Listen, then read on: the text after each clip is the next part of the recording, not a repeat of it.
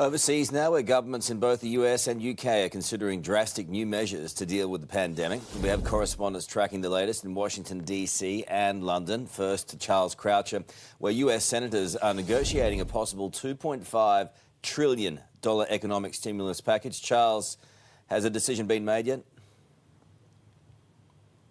It hasn't, Carl. Sadly, they are negotiating, but they are not agreeing in the Congress behind me. In the last half hour, we've seen a second procedural vote be voted down. That means that they can't even get to first base on the negotiations for this $2.5 trillion Australian dollar bailout. It is by far the largest rescue package in history. They had given themselves a deadline of 24 hours. That deadline has now passed. We have deadlock instead, and that immediately impacted the markets here in the US when they opened this morning. The Dow is down on Wall Street. That will flow through to Australia and have an impact on our markets and Australians as well. All this as Donald Trump begins tweeting about what's coming next. He's talking about making changes in the next 2 weeks and, would you believe, relaxing some of those restrictions being placed on people to stay inside their homes. Currently, around 1 in 3 Americans, more than 100 million Americans, are on shelter-in-place orders. There are more growing by the day. The president already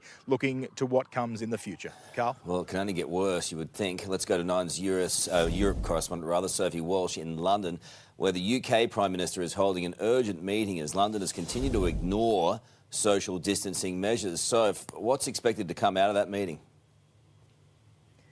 Well, we know tougher measures are coming, but there's pressure on Boris Johnson to enforce a complete lockdown, and it is because of scenes like this. This was the London Tube this morning. People crammed in like sardines, completely ignoring that government advice to stay 2 metres apart.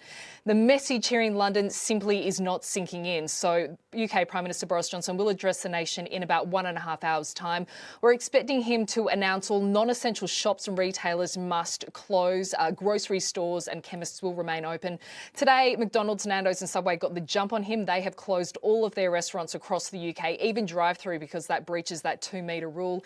In Greece today, the lockdown is now enforced, so anyone who leaves their home has to carry a special permit to justify why they are outside. And then German Chancellor Angela Merkel has tested negative after coming into contact with a doctor who has tested positive for coronavirus. So, thank you.